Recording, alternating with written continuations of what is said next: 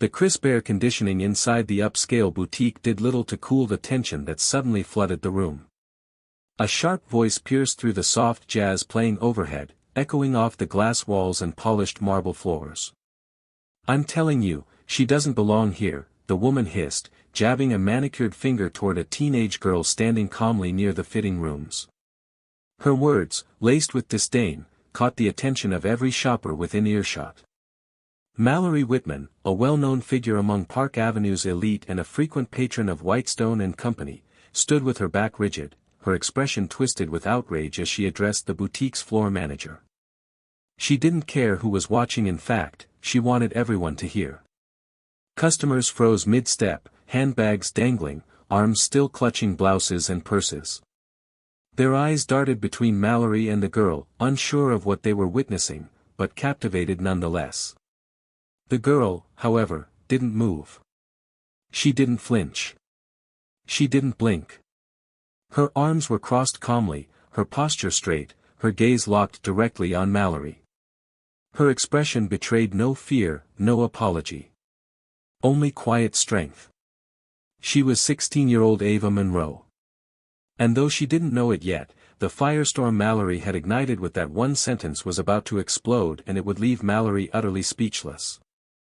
Because Mallory had just insulted the wrong girl, the daughter of the man who owned the very store she was standing in.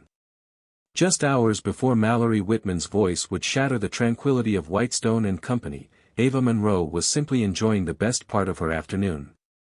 At 16, Ava had grown into herself confident, poised, and fiercely independent. She had a deep love for fashion, inherited from the countless hours she'd spent watching design sketches in her father's study and thumbing through vintage magazines. This wasn't just another shopping trip. Today was different. It was the first time she had come to the boutique on her own. Tucked along the pristine blocks of Madison Avenue, Whitestone and Company was one of New York's most exclusive fashion houses, boasting custom-cut dresses, curated luxury racks, and velvet-lined fitting rooms. Ava had passed by the storefront dozens of times with her father, always wondering what it would feel like to step inside on her own terms. Today, she finally had the chance. Her father, Preston Monroe, was away on a business trip in Los Angeles, managing a deal for his newest high-rise project. Preston wasn't just any businessman, he was the founder and CEO of Monroe Capital Group, a visionary who had built his empire from nothing but grit and heart. Known for his integrity and deep respect for people, Preston had always told Ava to never let anyone make her feel like she didn't belong. As Ava walked into the boutique that afternoon, sunlight poured through the floor-to-ceiling windows, casting golden light over the shimmering racks of dresses. She smiled softly to herself. She wasn't just here to shop, she was here for a milestone moment. A charity gala was coming up in just a few days, a major event hosted by her father's company, attended by New York's elite, and Ava was determined to find the perfect gown. She moved from one rack to the next, her fingers brushing over silk, satin, and crepe, her eyes lighting up with the kind of joy that only fashion lovers truly understand. It was a quiet joy, one built on pride, not because of her last name, but because she had taken this step by herself.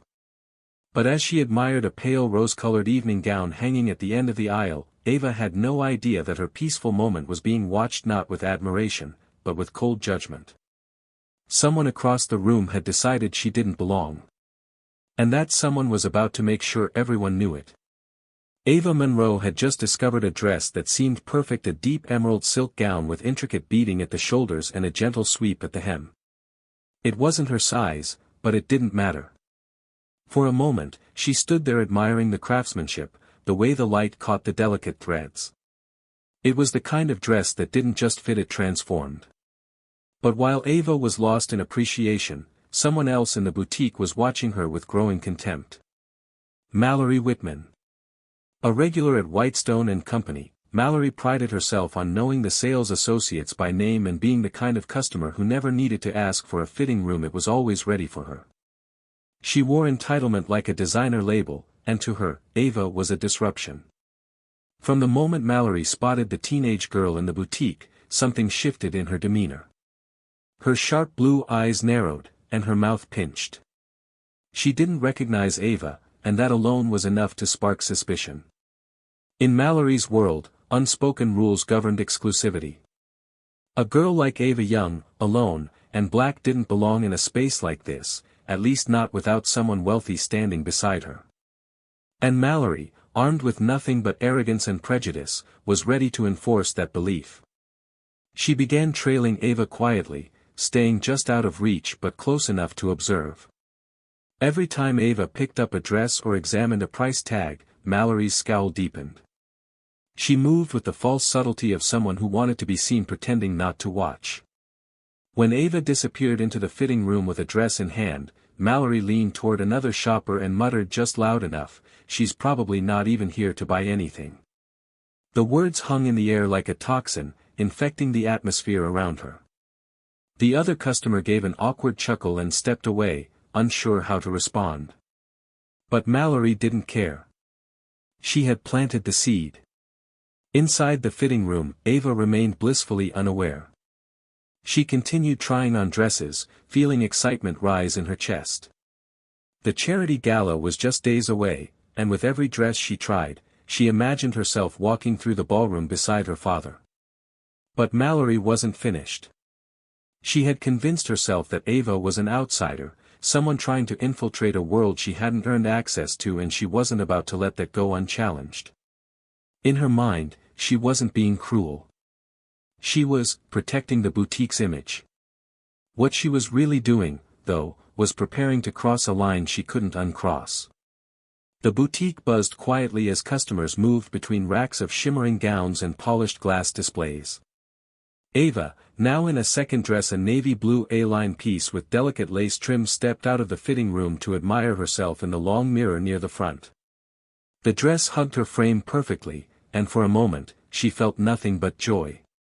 Until the silence shattered. "That's a beautiful dress," Mallory said, stepping into Ava's space with a smile so forced it looked painful. Her voice dripped with condescension. Ava, still in front of the mirror, turned politely and smiled. "Thank you. I think it'll be perfect for my dad's event next weekend." Mallory's expression barely twitched, but her tone darkened. "Are you sure you're in the right store?" she asked, her saccharine voice turning icy. Ava blinked, confused. "I'm exactly where I need to be," she said evenly, turning back to the mirror, her posture still calm, her confidence intact. Mallory scoffed behind her. "This place isn't exactly budget-friendly," she muttered just loud enough for the nearest customers to hear. "Maybe you should try somewhere more affordable." A flicker of discomfort crossed Ava's face, but she didn't let it show. She turned slowly, her gaze calm and direct. "I'll let my purchases speak for themselves," she replied firmly, walking past Mallory toward the next row of dresses. A few customers nearby had begun to notice. The tension was impossible to ignore now. Whispers began to drift through the boutique like perfume, subtle but unmistakable. Ava glanced around and spotted a store employee watching the scene from behind the jewelry case. Taking a breath to stay composed, she looked toward the associate and said, "If there's an issue, maybe it should be discussed with someone in charge." Mallory's fake smile vanished. "Oh, don't worry," she said, voice now sharp, "I fully intend to." She raised her hand and flagged down the boutique's floor manager, a woman in her late 20s named Heather, who had only been working at Whitestone and Company for a few months. Heather looked nervous as she approached, sensing the growing disturbance. "Excuse me," Mallory said loudly, making sure everyone nearby could hear. "I've been watching that girl, and I'm fairly certain she slipped something into her bag." The boutique froze. Heather's face paled. "I'm sorry. What's going on?" "I said," Mallory snapped, pointing at Ava, "she's been acting suspiciously. Obviously, she's not here to buy anything. You need to check her bag." Ava's heart thudded in her chest. Her stomach dropped, not out of guilt, but out of the sheer humiliation of being accused so publicly, so baselessly. "I haven't done anything wrong," Ava said calmly, her voice surprisingly steady despite the heat rising in her face. "Of course you'd say that," Mallory shot back. "So let's see the bag." Ava looked around. Everyone was watching. No one was helping. With quiet dignity, she handed her designer tote to Heather without hesitation. "Go ahead," she said. "If it'll put an end to this nonsense." Heather opened the bag carefully, her hands shaking slightly. She sifted through Ava's phone, wallet, a folded-up copy of the gala invitation, and a single tube of lip gloss. After a moment, she looked up, eyes wide and tone soft. "There's nothing here." But Mallory wouldn't back down. "Check again," she barked. "She probably hid it somewhere else." Heather glanced between them, clearly uncomfortable. Ava, still standing tall, took her bag back and said, her voice cold but composed, "Unless you have actual proof, I suggest you stop harassing me." Mallory sneered. "If you've got nothing to hide, then why are you being so defensive?" Ava's jaw tightened. Her fingers clenched at her sides. "Defensive?" she repeated. "You just accused me of stealing without a shred of evidence. That's not defensiveness. That's called self-respect." Heather, now visibly sweating, stepped between them. "Perhaps we should all calm down." But Mallory wouldn't be calmed. She jabbed a finger toward Ava and said loudly, "Girls like her don't belong in places like this. They come in, make a scene, and leave with things that don't belong to them." The boutique fell silent again. Ava's breath caught in her throat, but not because she was afraid. Because something inside her had just changed. The silence in the boutique was deafening. Heather, the floor manager, stood frozen between Mallory and Ava, her clipboard hanging limply in her hands. A few shoppers had put down their dresses and were now watching intently, their expressions ranging from discomfort to outright concern. No one spoke. Everyone waited to see what the young black girl would do. Ava took a single step forward, her voice clear and unwavering.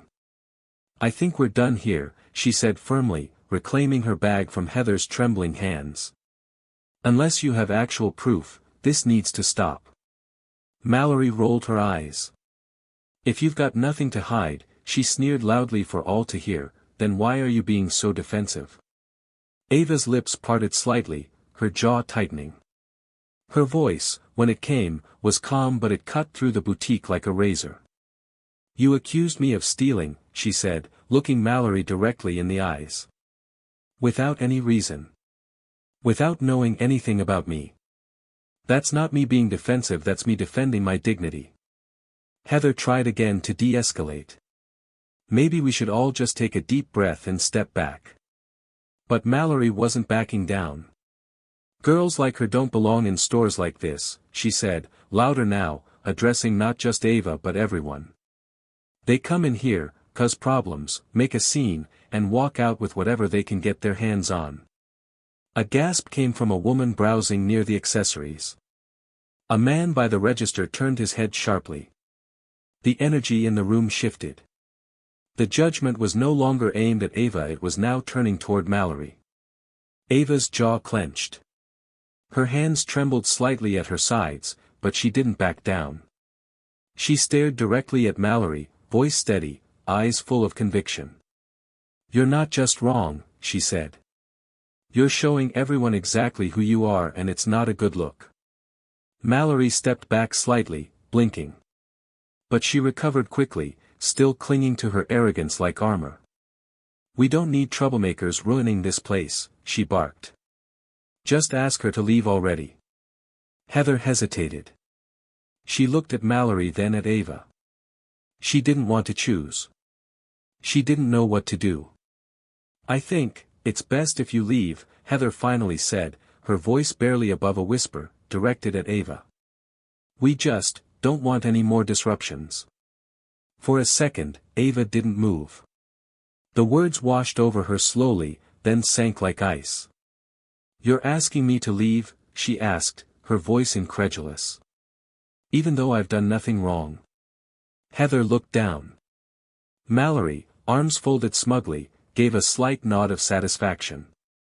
Ava turned toward her, her eyes burning with quiet fury.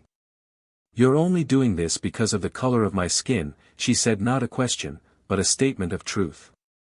"And you should be ashamed of yourself." Mallory opened her mouth, clearly caught off guard, but Ava didn't let her speak. She turned toward the manager again. "If you really believe I'm the problem here," she said, "then I hope you're prepared to explain that decision. Not just to me. To my father." Mallory scoffed, feigning amusement.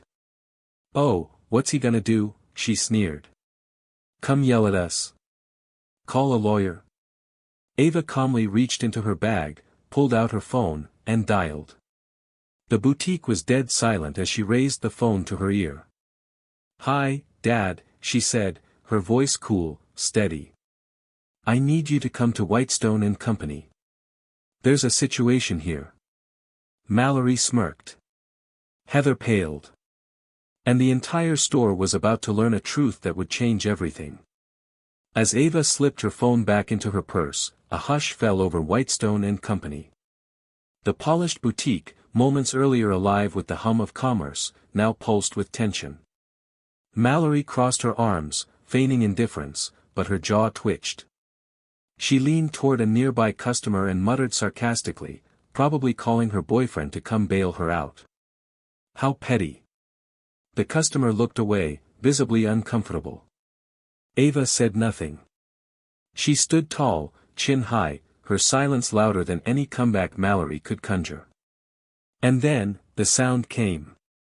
A low, commanding rumble, the unmistakable engine of a luxury SUV rolling to a stop just outside the boutique.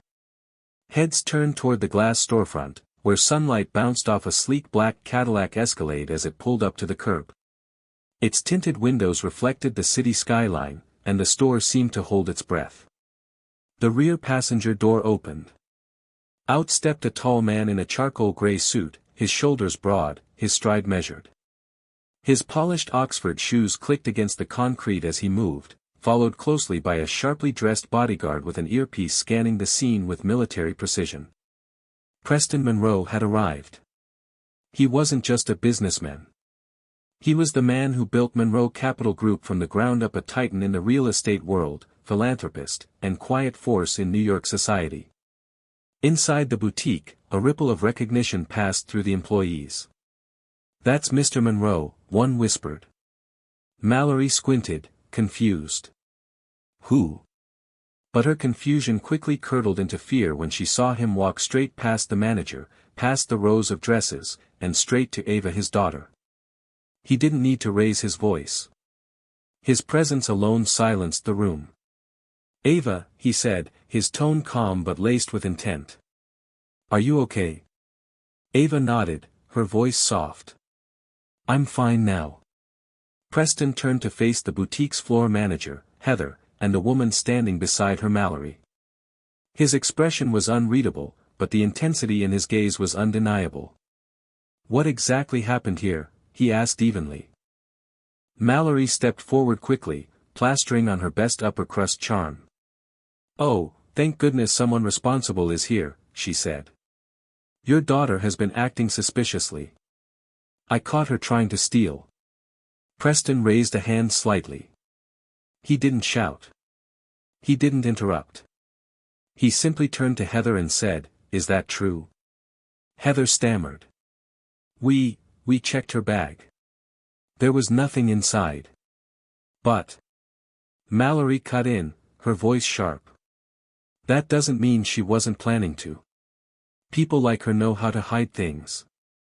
The words hung in the air like a slap. A few customers gasped. One dropped a bracelet she'd been holding. The staff collectively flinched. Preston's eyes locked on Mallory. He repeated her phrase slowly, his voice like ice, "People like her." Mallory's confidence began to crack. "You know what I mean," she stammered. "This store is for respectable clients. She clearly doesn't fit that profile." Preston didn't answer right away. His silence was crushing. His gaze traveled over Mallory, Heather, then around the boutique, a sweeping glance that saw everything, the whispering customers, the awkward associates, and finally, his daughter. When he spoke again, his voice was calm, but each word struck like a hammer. "The girl you accused, is my daughter." Silence. The room froze. Mallory's mouth opened, but no sound came out. Heather blinked rapidly, clutching her clipboard like a shield. Ava remained motionless, letting the revelation settle. Around them, murmurs began. Customers stared at Mallory with visible disdain. Staff members exchanged horrified glances. Mallory's face turned pale. I didn't know," she whispered. She didn't say who she was. Preston didn't flinch. She shouldn't have to. He stepped closer to Mallory, his stature towering over her, his voice low and piercing. "You judged her the moment she walked in. You followed her. You accused her. You humiliated her. And now, you're hiding behind ignorance." Mallory took a shaky step back, eyes darting around the room as if looking for an escape. But there wasn't one. Mallory Whitman stood frozen, her designer heels suddenly feeling like anchors.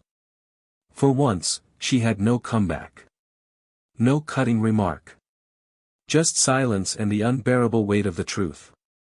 Across from her, Preston Monroe's expression didn't waver. He didn't need to shout. His calm, calculated presence filled the room like thunderclouds before a storm. "You judged my daughter," he said, voice low but carrying to every corner of the boutique, "because of how she looks. Because of your assumptions. And now, you've embarrassed not just yourself but this store." Mallory swallowed hard, her voice barely a whisper. "I didn't mean any harm." Preston didn't blink. "But you caused harm. You accused an innocent young woman, my daughter, in front of dozens of witnesses. That's not a misunderstanding. That's harassment." Heather, the boutique manager, shifted nervously. "Mr. Monroe.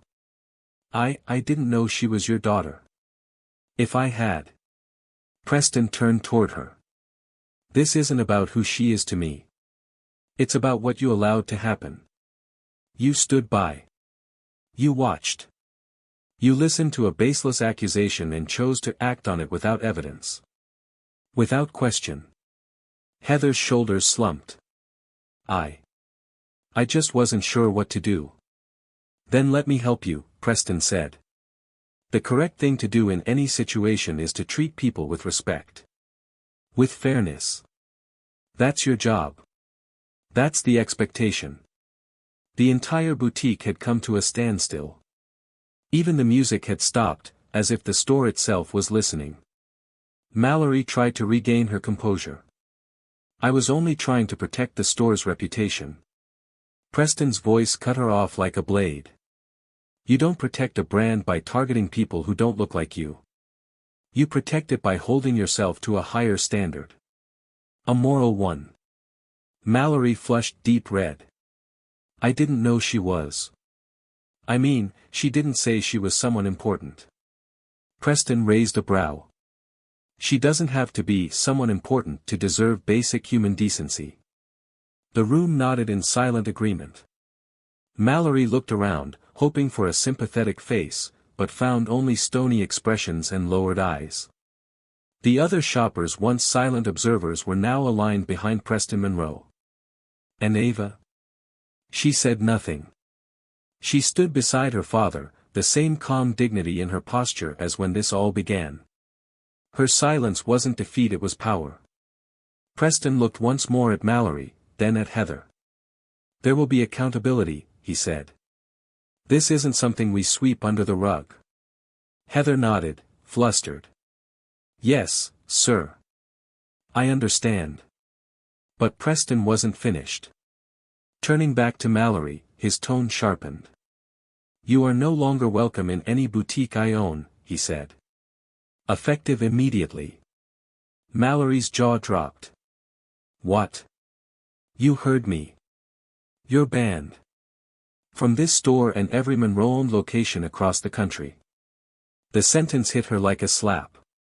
"You can't be serious." "Oh, I'm very serious," Preston replied. "And I suggest you leave. Now."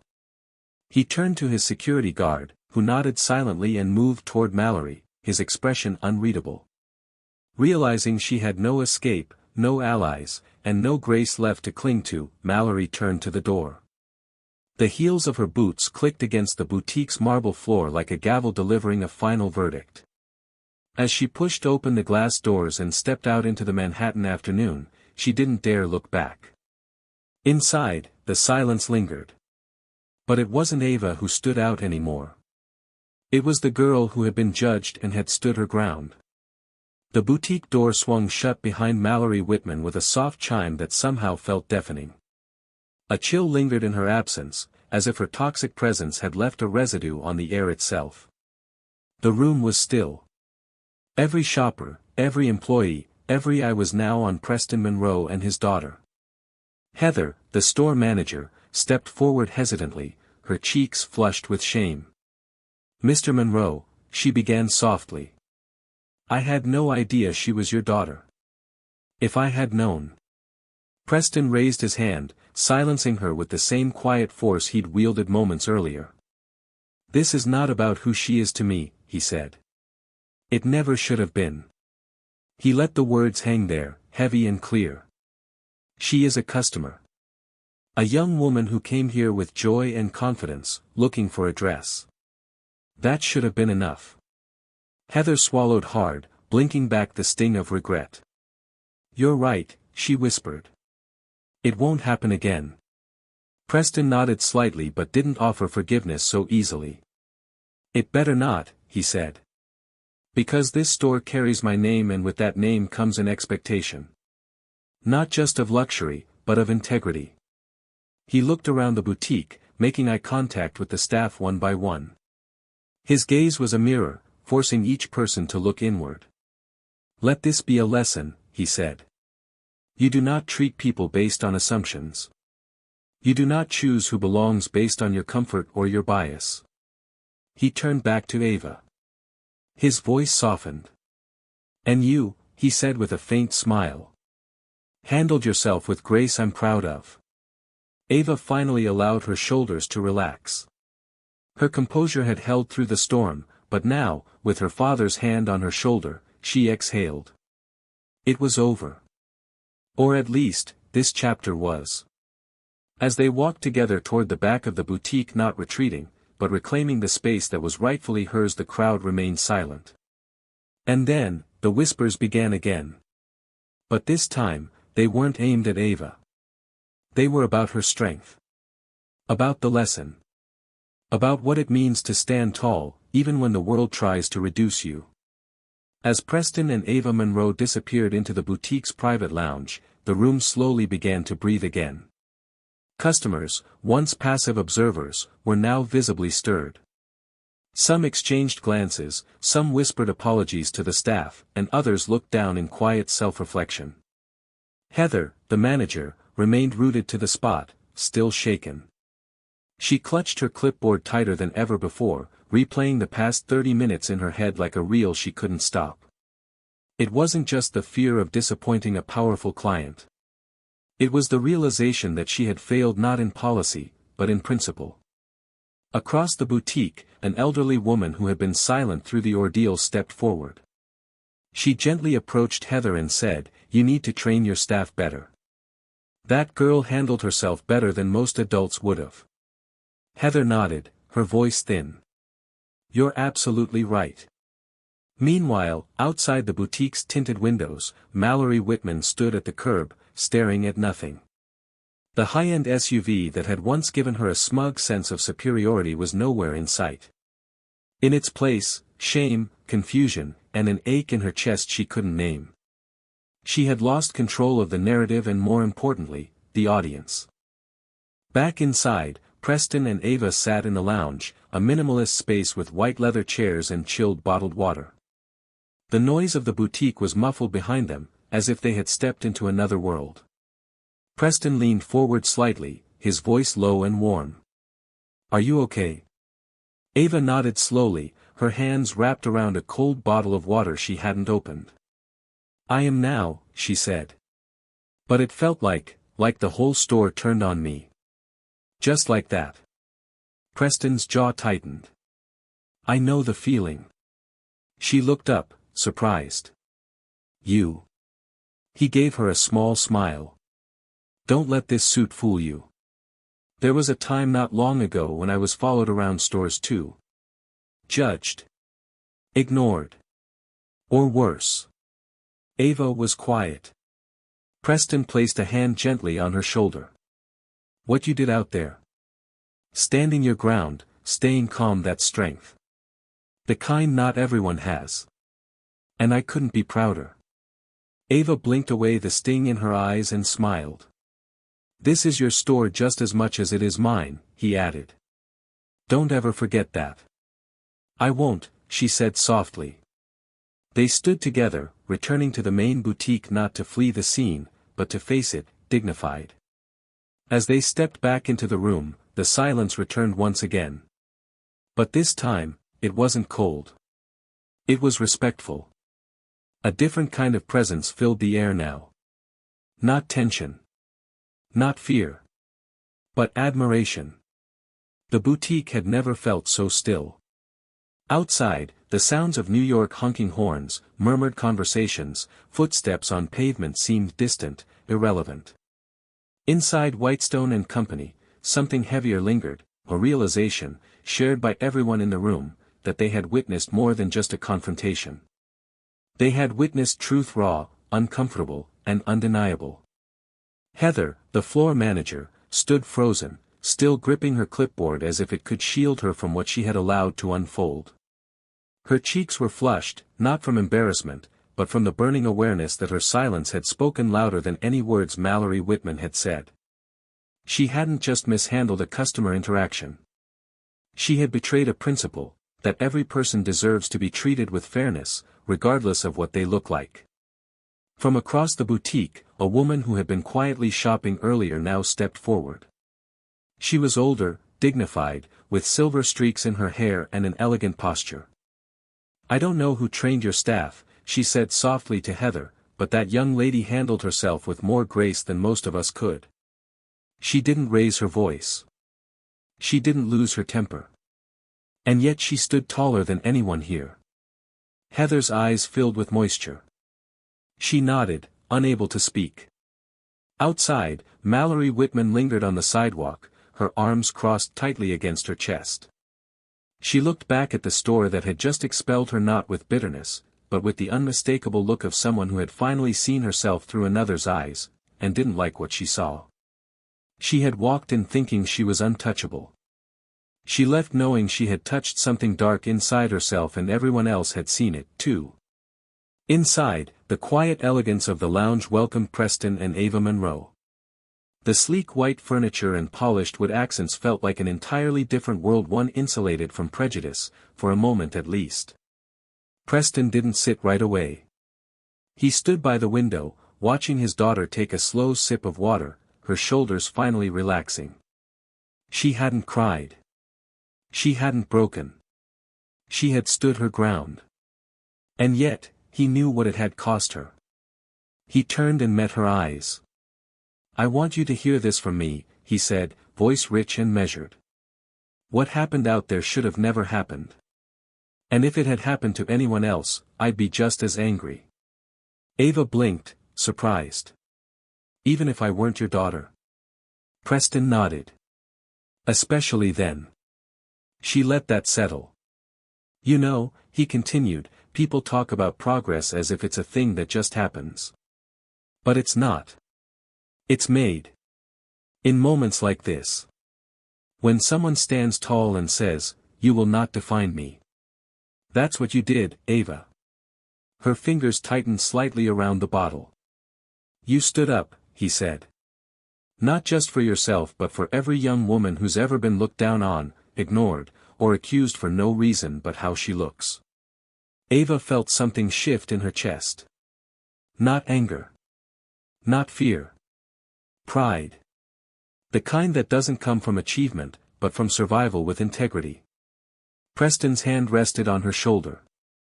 You don't need my name to belong here, he said.